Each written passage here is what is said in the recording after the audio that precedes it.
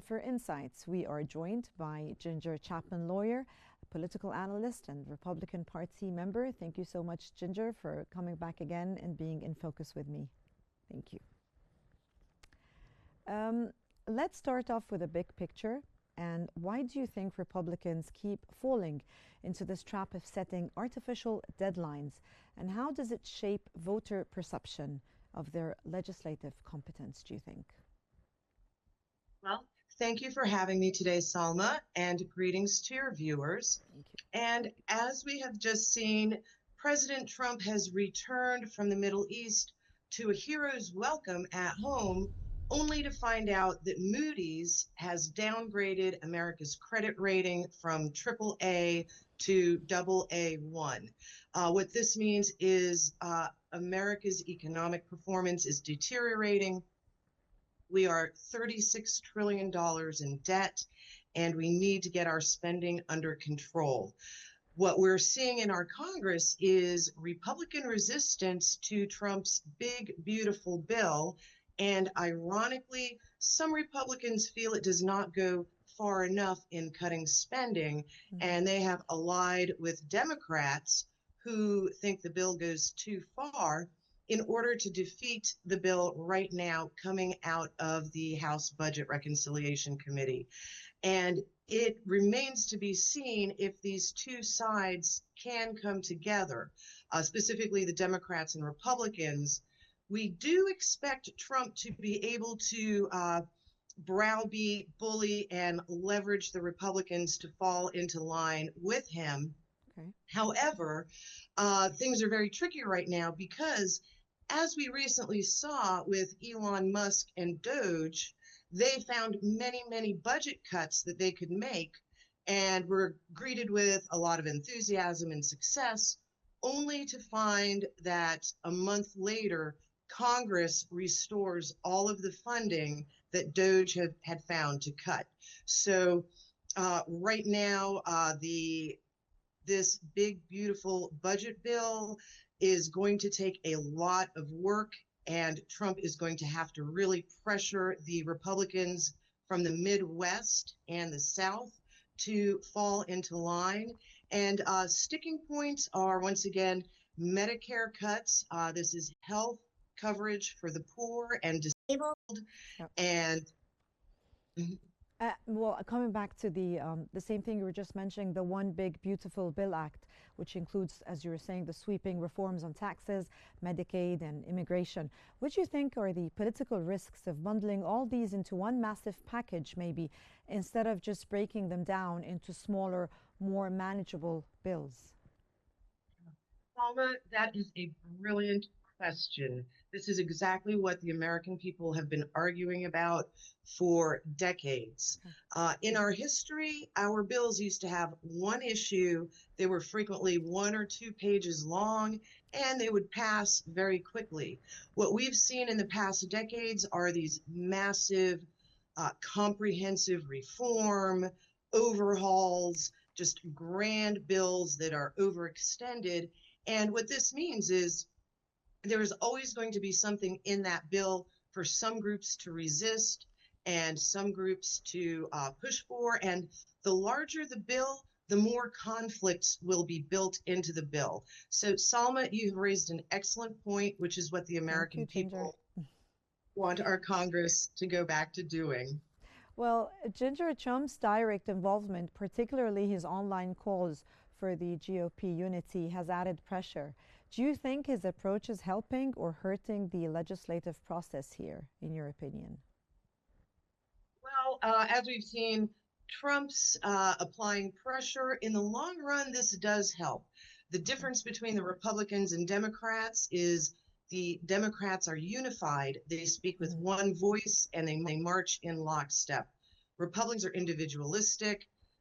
We are all over the place and we are constantly infighting, and Republicans truly need a leader like President Trump to get the Republicans in line and marching to the beat of the same drummer in order to pass this bill, because Americans' economic condition is in very deteriorating, yeah, as you were saying.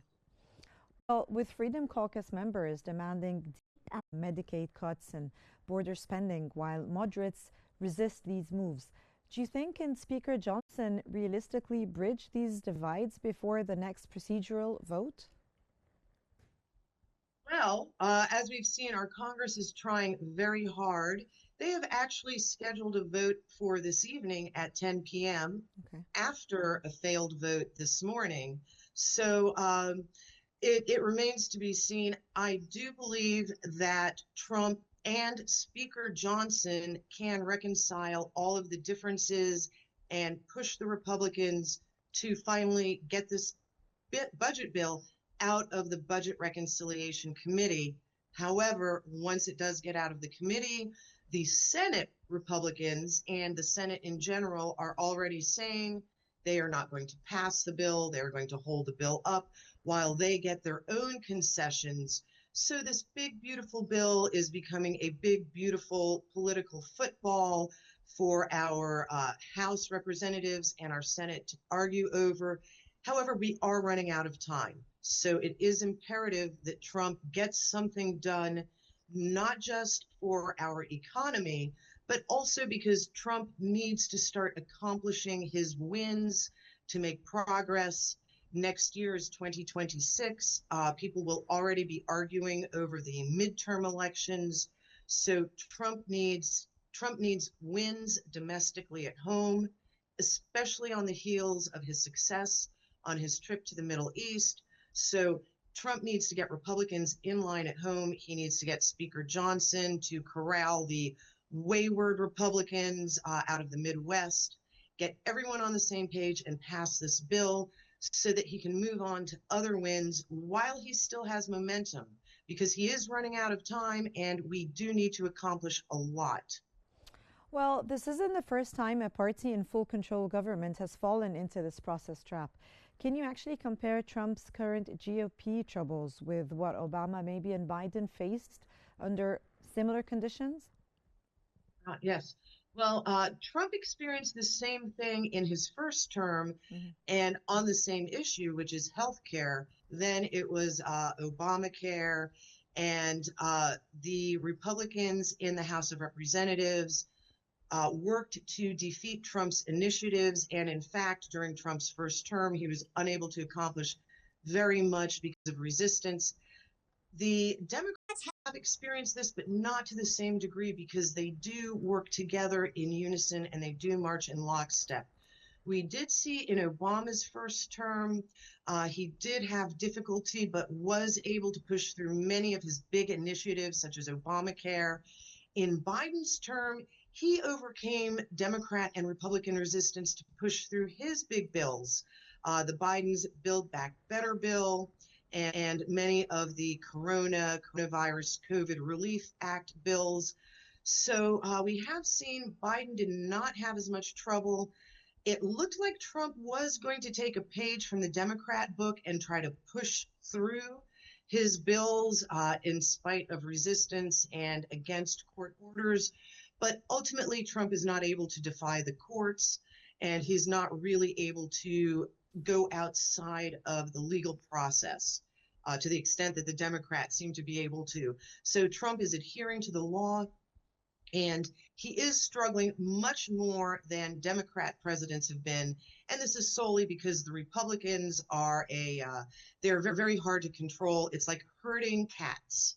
So Trump is meeting resistance within his own party. He will have to exert the pressure of his personality, and he will have to leverage some bullying and make some deals in order to get this bill through the House of Representatives.